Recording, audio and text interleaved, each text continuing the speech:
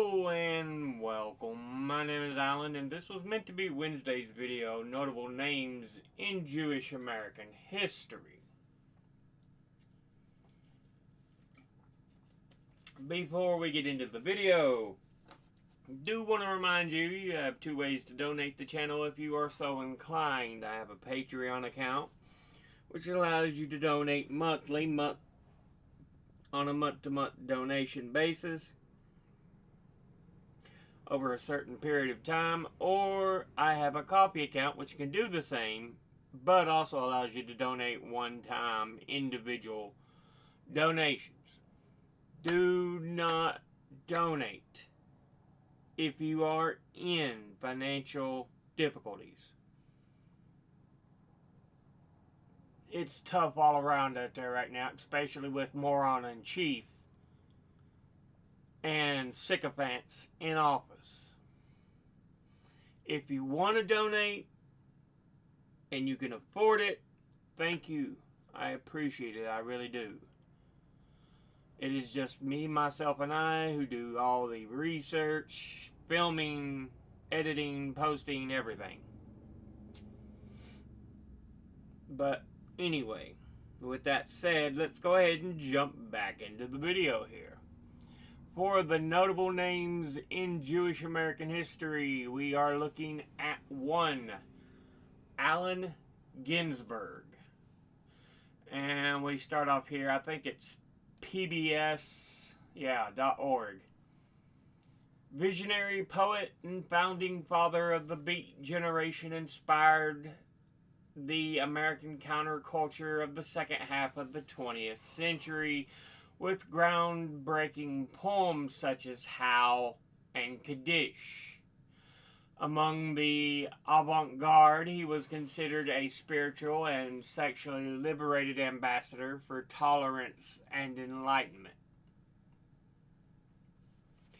I saw the best minds of my generation destroyed by madness, starving, hysterical, naked, dragging themselves through the Negro streets at dawn looking for an angry fix, angel-headed hipsters burning for the ancient heavenly connection to the starry dynamo in the machinery of night, who poverty and tatters and hollow-eyed high set up smoking in the supernatural darkness of Coldwater Flats, floating across the tops of cities, contemplating jazz. That was an excerpt from his poem How, which he's probably most well known for.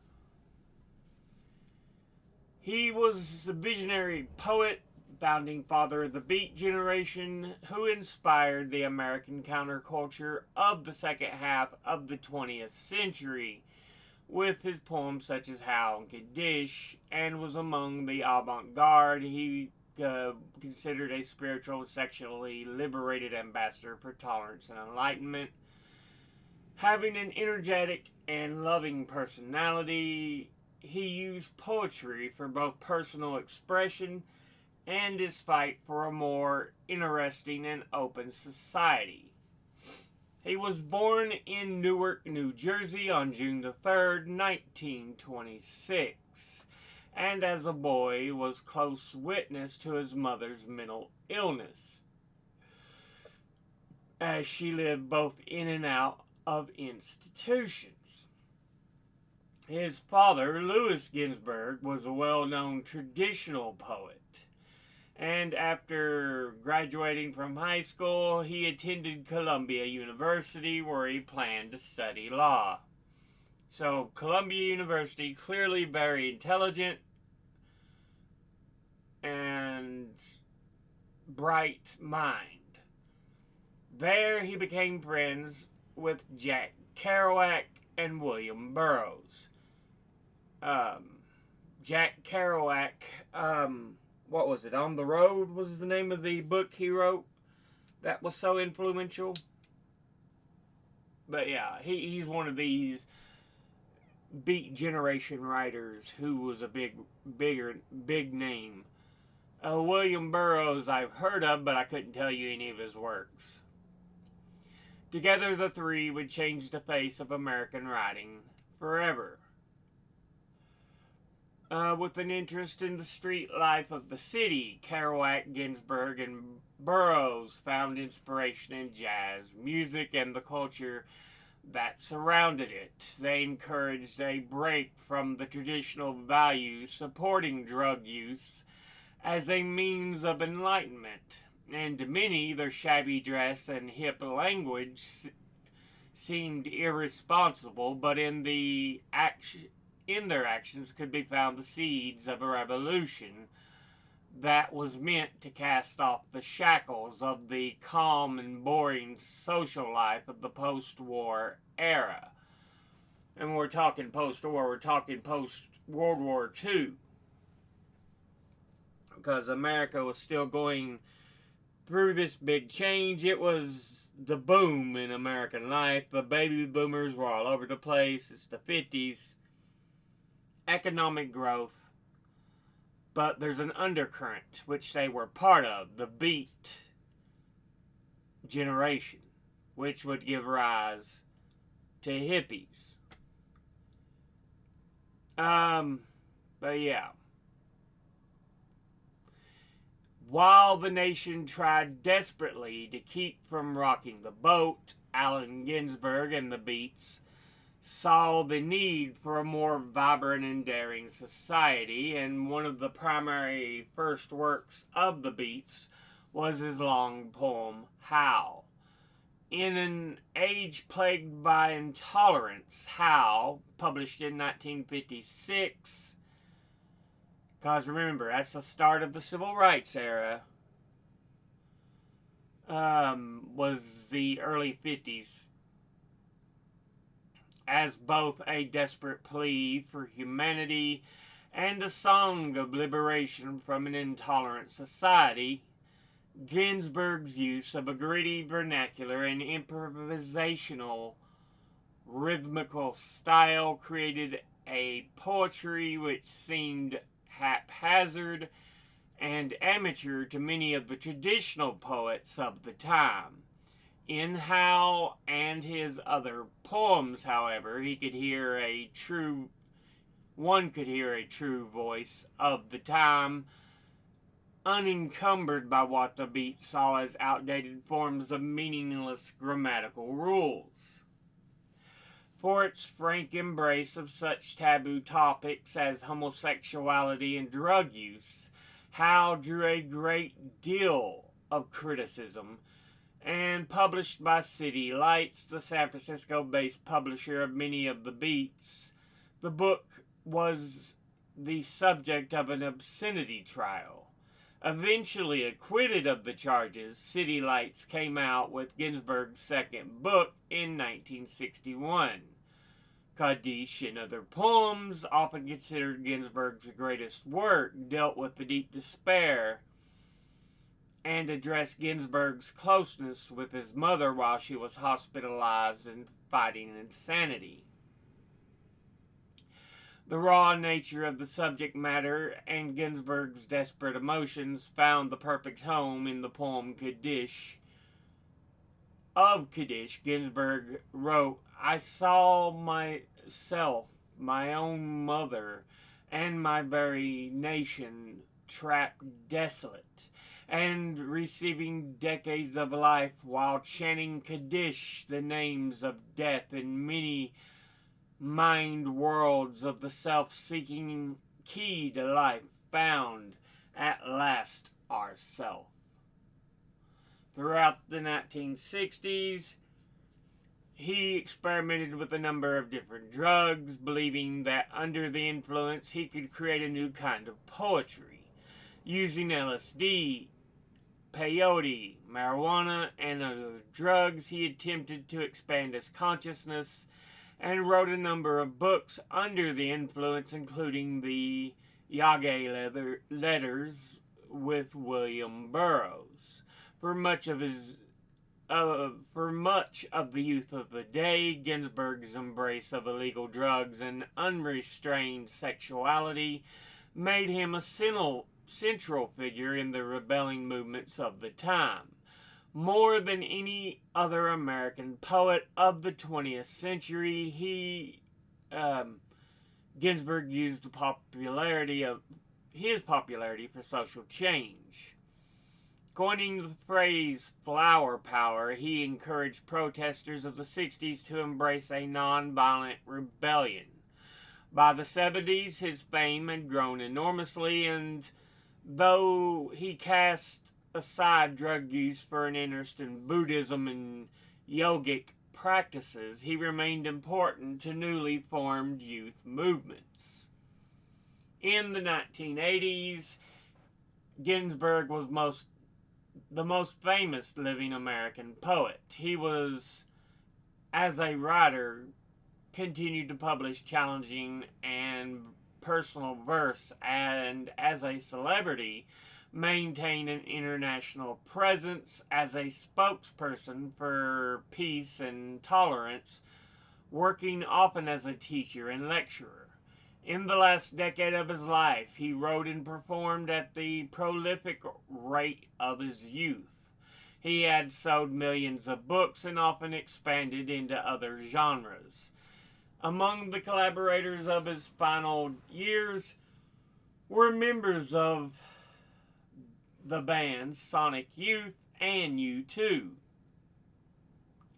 He died on April 5th, 1997 at the age of 70, and at the time of his death, How had been reprinted more than 50 times, and the words of William Carlos Williams' introduction still rang true.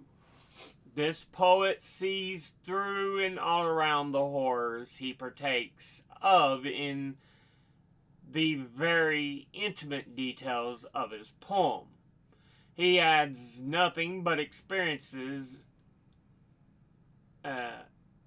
He avoids nothing but experiences it to the hilt.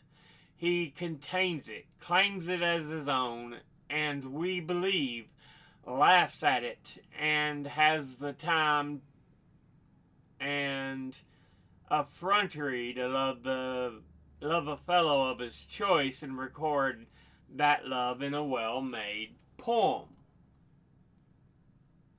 But yeah, Allen Ginsberg, and that was from pbs.org.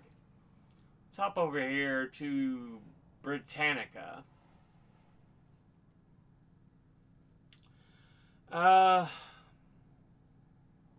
Born June the 3rd, 1926, Newark, New Jersey, and died April 5th, 1997 in New York City, New York. American poet, and considered to be one of the influential products of the beat movement, preceding hippies and others of the 70s. He grew up in Paterson, New Jersey, where his father, Louis Ginsberg, was himself a poet and taught English. His mother, whom he mourned in his long poem, Kaddish, 1961, was confined for years in a mental hospital. Yeah, we talked about that. In and out mental health institution. Yeah. Ginsberg was influenced in his work by the poet William Carlos Williams, particularly toward the end of his natural speech rhythms and direct observations of unadorned actuality. While at Columbia University, his anarchical proclivities pained the authorities, while he became close friends with Jack Kerouac and William Burroughs, who were later to be numbered among the Beats. After leaving Columbia in 1948, he traveled widely with a number of jobs, from cafeteria floor mopper to market researcher. His first published book, How, laments what he believed to have been the destruction by insanity of the best minds of his generation. Dithyrambic and prophetic, owing something to the romantic bohemianism of Walt Whitman, whom he saw as an inspiration.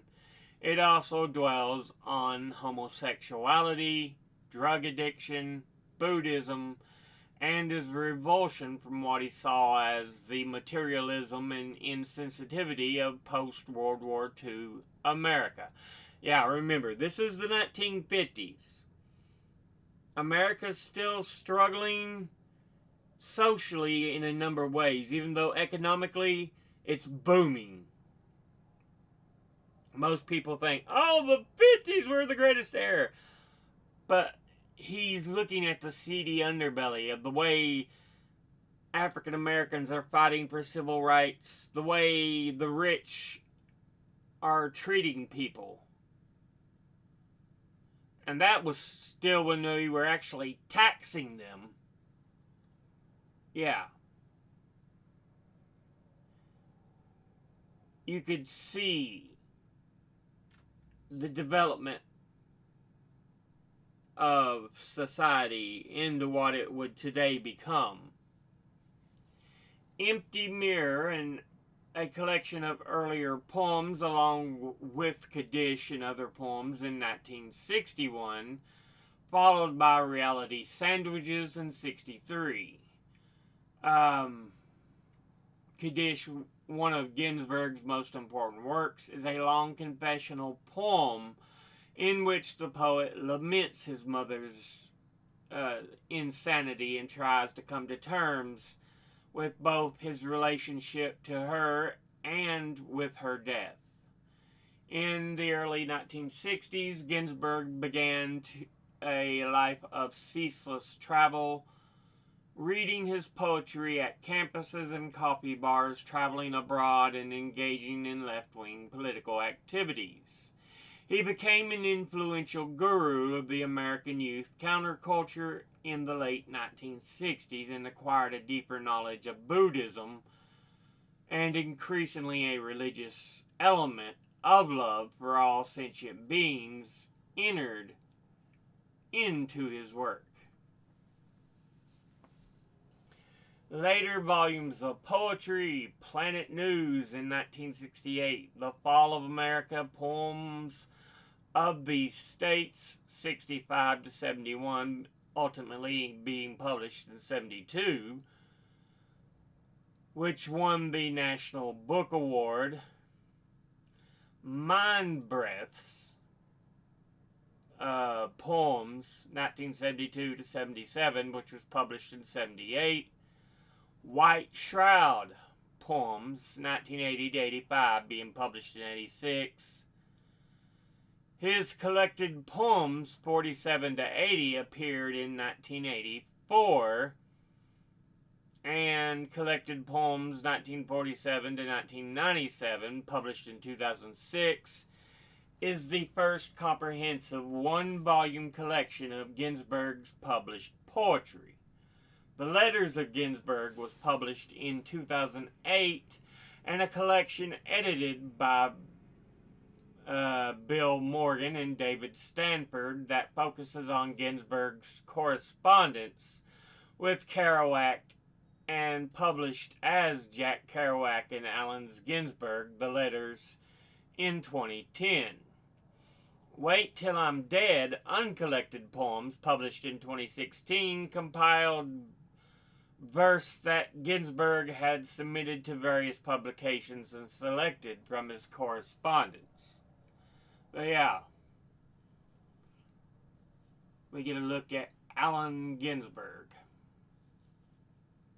Just everything around him, clearly he poured out into his poetry. Everything he lived through, everything he saw,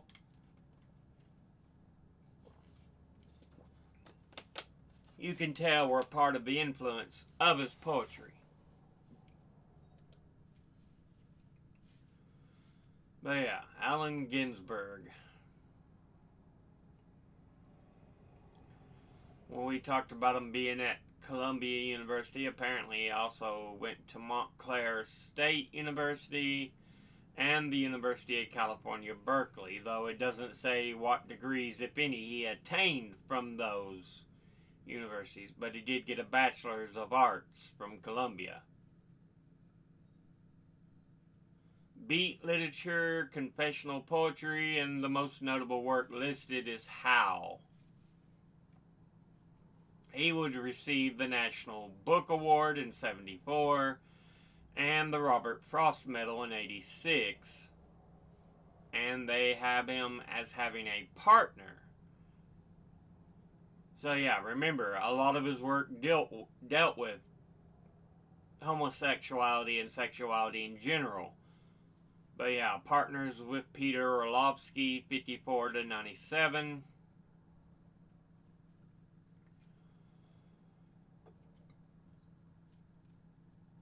And in the 50s, 40s, 50s,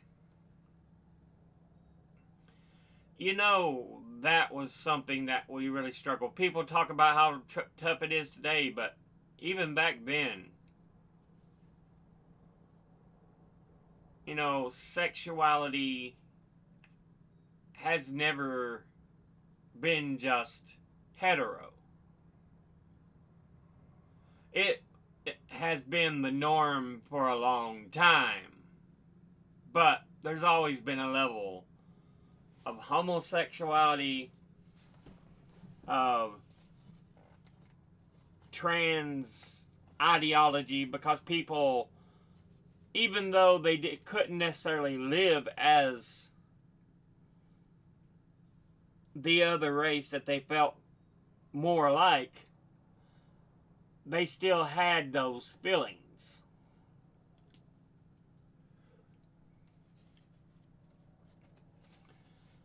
It's just dealing with the way society is. It's hard to come out and admit, hey, this is truly who I am. And it is a huge step. We found out Rock Hudson was gay later on. I think it was at the end of his life or when he died, but yeah. He was seen as heterosexual powerhouse, but it turns out he was homosexual. You know, it shouldn't be that big of a deal, but clearly some people can't get over it. And I don't care what your Magic Sky Daddy book tells you. Those are fictional novels. Very little of it is actually true, because a lot of it is based on BS. Trying to push certain ideologies or way of thinking.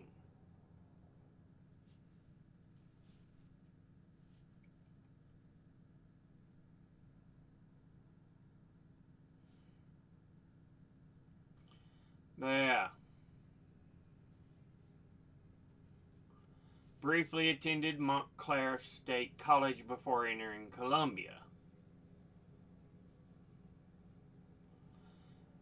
On a scholarship from the Young Men's Hebrew Association of Paterson, New Jersey. He originally intended to study law, but later changed to a major in literature. Was also a Merchant Marine member.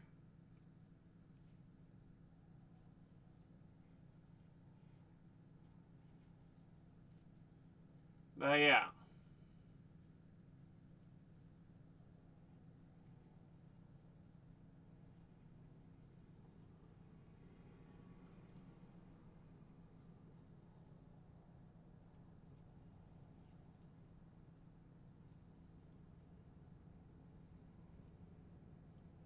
Loved to recite Dickinson and Longfellow.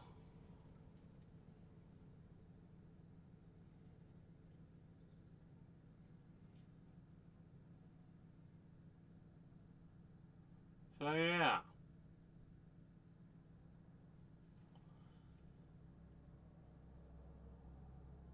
They don't mention the book, but I think it's like On the Road or something is the name of his famous book. I couldn't tell you anything by Burroughs, but I've heard the name.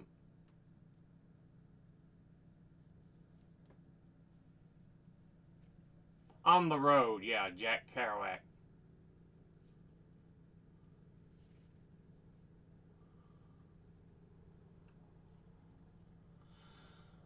But yeah. Kaddish and Howl seem to be the two biggest literary pieces by Ginsberg. 54, he would meet Peter Orlovsky, who remained his lifelong partner.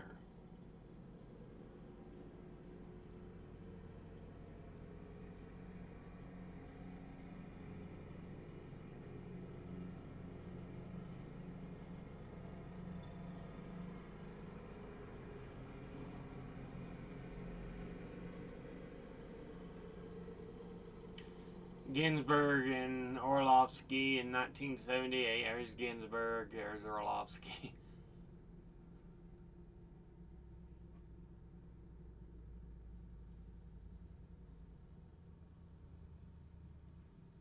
There's Ginsberg with Bob Dylan.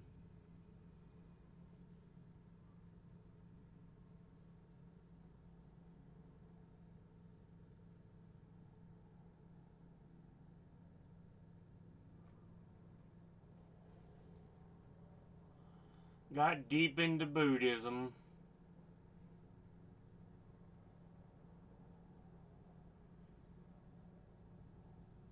But yeah, that beatnik generation.